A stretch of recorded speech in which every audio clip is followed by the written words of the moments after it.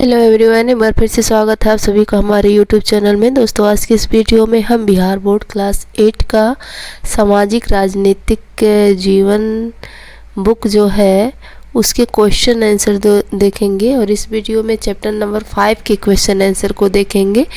इसके पहले के वीडियो में हमने 4 तक कवर कर लिया है, तो इस वीडियो में हम चैप्टर नंबर 5 को देखते हैं। देखिए, चैप्टर का नाम है हाशियाकरण की समझ। ये है चैप्टर का नाम। इसके क्वेश्चन आंसर को देखते हैं।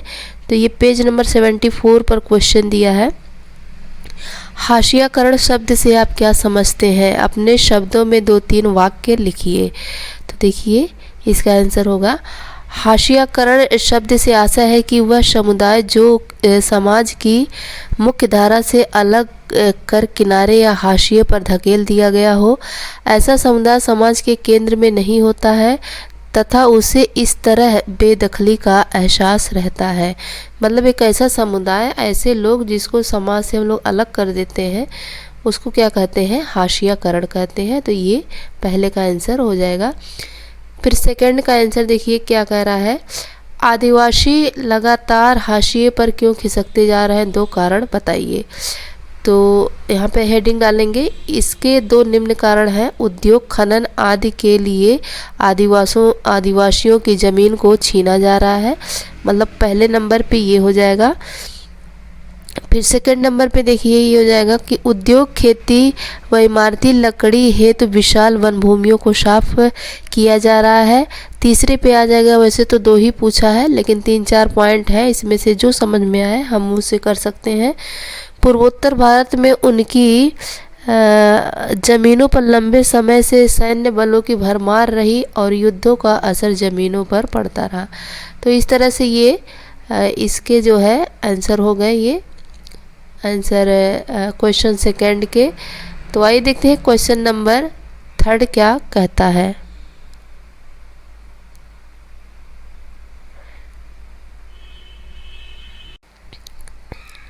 तो देखिए, क्वेश्चन नंबर 3 कह रहा है कि आप अल्पसंख्यक समुदायों की सुरक्षा के लिए संवैधानिक सुरक्षाओं को क्यों महत्वपूर्ण मानते हैं? इसका एक कारण बताइए। तो इसका आंसर देखिए हो जाएगा, अल्पसंख्यक समुदायों को बहुसंख्यक समुदाय के सांस्कृतिक वर्चस्व की आशंका से बचाने के लिए संवैधानिक सुरक्षात्मक प्रावधानों का होना अति आवश्यक है। ये प्रावधान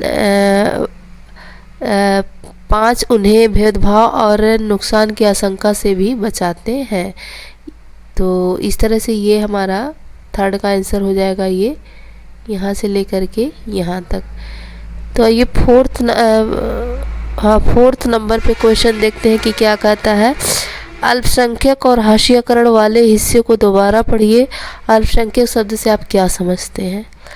तो देखते हैं, अल्पसंख्यक शब्द सामान्यतः ऐसे समुदाय के लिए इस्तेमाल किया जाता है जो संख्या की दृष्टि से बाकी आबादी के मुकाबले से बहुत छोटा होता है। यह अवधारणा केवल संख्या तक ही सीमित नहीं बल्कि इसके सामाजिक व सांस्कृतिक आयाम भी होते हैं। तो ये हमारा हो जाएगा 4th का आंसर, यहाँ से लेकर के यहाँ तक। देखते हैं 5 नंबर पर क्या क्वेश्चन कर रहा है। आप एक बहस में हिस्सा ले रहे हैं जहां आपको इस बयान के समर्थन में तर्क देने कि मुसलमान एक हाशियाई समुदाय है। इस अध्याय में दी गई जानकारियों के आधार पर 2 तर्क पेश करिए। तो यहाँ पे हेडिंग डालेंगे, भारत में मुसलमान एक हाशियाई समुदाय है क्योंकि दूसरे समुदायों के मुकाबले उसे सामाजिक आर्थिक विकास में उतना लाभ नहीं मिला है। मूलभूत सुविधाओं, साक्षरता और सरकारी नौकरियों की दृष्टि से मुसलमानों का प्रतिशत अन्य समुदायों की तुलना में काफ़ी कम है। 2011 की जनगणना के अनुसार मुसलमानों में साक्षरता जहां केवल 57% है, ये 57% है, वहाँ हिंदुओं, सिख, ईसाई, बौद्ध और जैन धर्मावलंबियों की साक्षरता क्रमशः 63, 74, 67 और 71 और 86% है, जो मुसलमानों की साक्षरता प्रतिशत से काफ़ी अधिक है। सरकारी नौकरी में मुसलमानों का प्रतिशत काफ़ी कम है। भारत में मुसलमानों की जनसंख्या कुल जनसंख्या का 14.2% है, लेकिन सरकारी नौकरियों में मुसलमानों की संख्या इससे काफ़ी कम है। 2006 के आंकड़ों के अनुसार वह विभिन्न क्षेत्रों में 2.2 से 10.8% के बीच है। इससे स्पष्ट होता है कि मुसलमान विकास के विभिन्न संकेतों पर पिछड़े हुए हैं। एक पॉइंट ये हो गया। दूसरा ये देखिए, दूसरे अल्पसंख्यकों की तरह मुसलमानों के भी कई रीति रिवाज और व्यवहार मुख्यधारा के मुकाबले काफ़ी अलग है। जैसे कुछ मुसलमानों में बुर्का, लंबी दाढ़ी और फैज टोपी का चलन दिखाई पड़ता है। बहुत सारे लोग सभी मुसलमानों को इन्हीं निशानियों से पहचानने की कोशिश करते हैं। इसी कारण अक्सर उन्हें अलग नज़र से देखा जाता है। कुछ लोग मानते हैं कि वे हम बाकी लोगों जैसे नहीं। अक्सर यही सोच उनके गलत व्यवहार और व्यवहार करने भेदभाव का बहाना बन जाती है। तो इस तरह से हमारा 5 का क्वेश्चन कंप्लीट हो जाता है आंसर। आइए 6 नंबर पर ये क्वेश्चन देख लीजिए। क्वेश्चन लंबा है, तो 6 नंबर का आंसर देखते हैं। अपने दोस्त की बात सुनकर हम भारत में आदिवासियों के जीवन से संबंधित निम्न 3 बातें बताएंगे। पहला है, भारत में 500 से ज़्यादा तरह आदिवासी के समूह हैं। आदिवासी समाज औरों से बिल्कुल अलग दिखाई देते हैं क्योंकि उनके भीतर ऊंच नीच का फर्क बहुत कम होता है। इसी वजह से ये समुदाय जाति वर्ग पर आधारित समुदाय या राजाओं के शासन में रहने वाले समुदायों से बिल्कुल अलग होते हैं। दूसरा हो जाएगा, आदिवासियों के बहुत सारे जनजातीय धर्म होते हैं। उनके धर्म इस्लाम, हिंदू, ईसाई आदि धर्मों से बिल्कुल अलग होते हैं। वे प्रायः अपने पुरखों की गांव और प्रकृति की उपासना करते हैं। प्रकृति से जुड़ी आत्माओं में पर्वत, नदी, पशु आदि की आत्माएं हैं। ग्राम आत्माओं की अक्सर गांव की सीमा के भीतर निर्धारित पवित्र लता कुंजों में पूजा की जाती है, जबकि पुरखों की उपासना घर में ही की जाती है।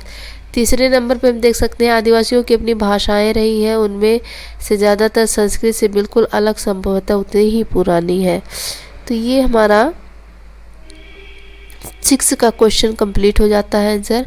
ये 7 का क्वेश्चन देख लेते हैं क्या कह रहा है। चित्रकथा पट में आपने देखा कि हेलेन ओप आदिवासियों की कहानी पर एक फिल्म बनाना चाहती है। क्या आप आदिवासियों के बारे में कहानी बनाकर उसकी मदद कर सकते हैं? आदिवासियों की कहानी के प्रमुख बिंदु ये हो सकते हैं। कहानी बनाना है तो देखिए, कहानी थोड़ी लंबी हो जाएगी। ये हो गया प्रारंभ, आदिवासियों की नृत्य करें, मतलब एक नृत्य हो रहा है।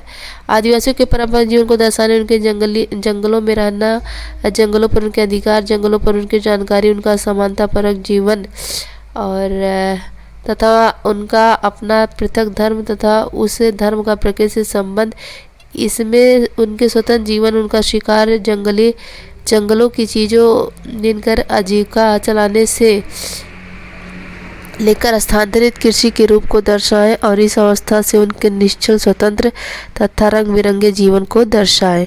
आदिवासियों के जीवन में खलनायक की तरफ प्रवेश करने वाले, जनजातीय भूमि पर कब्जा करने वाले ताकतवर गुंडों को दर्शाएं।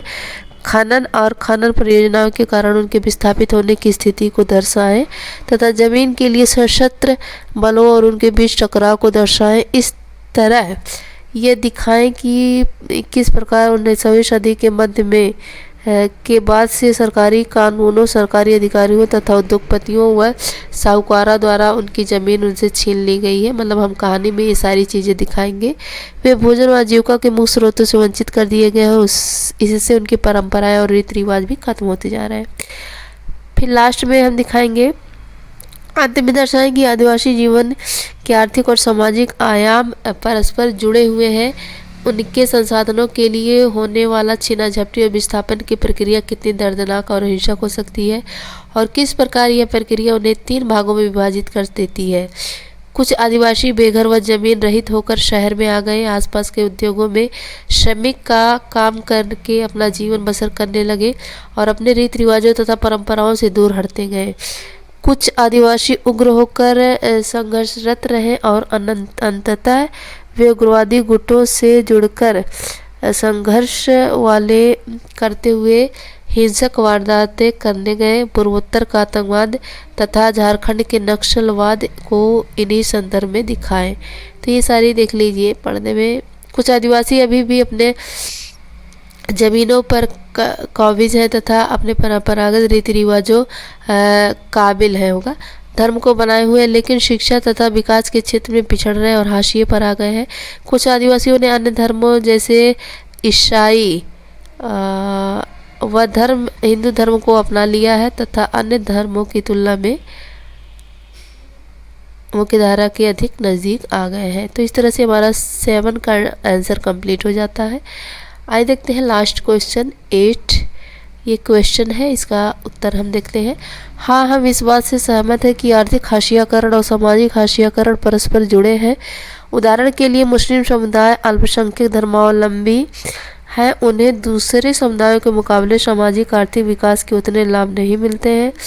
साक्षरता, मूलभूत सुविधाएं तथा सरकारी नौकरियां प्राप्त करने में अन्य समुदायों से काफ़ी पिछड़े हैं। आदिवासियों को जब जंगल से अलग कर दिया जाता है तो आर्थिक दृष्टि हाशिए पर आ जाते हैं, लेकिन इसका असर उनकी परंपराओं और रीति रिवाजों पर पड़ता है और वह अन्य स्थानों पर सामाजिक दृष्टि से भी हाशिए पर आ जाते हैं। तो ये हमारा 8 का आंसर कंप्लीट हो जाता है। तो इस तरह से हमने चैप्टर नंबर 5 हाशियाकरण की समझ के सभी क्वेश्चन आंसर को कंप्लीट कर लिया है। और अब हम नेक्स्ट वीडियो में चैप्टर नंबर 6 के क्वेश्चन आंसर को देखेंगे। तो वीडियो कैसा लगा प्लीज़ कमेंट में ज़रूर बताइएगा। अगर पसंद आए तो इसे लाइक करिएगा, चैनल को सब्सक्राइब करिएगा। वीडियो देखने के लिए थैंक यू, धन्यवाद।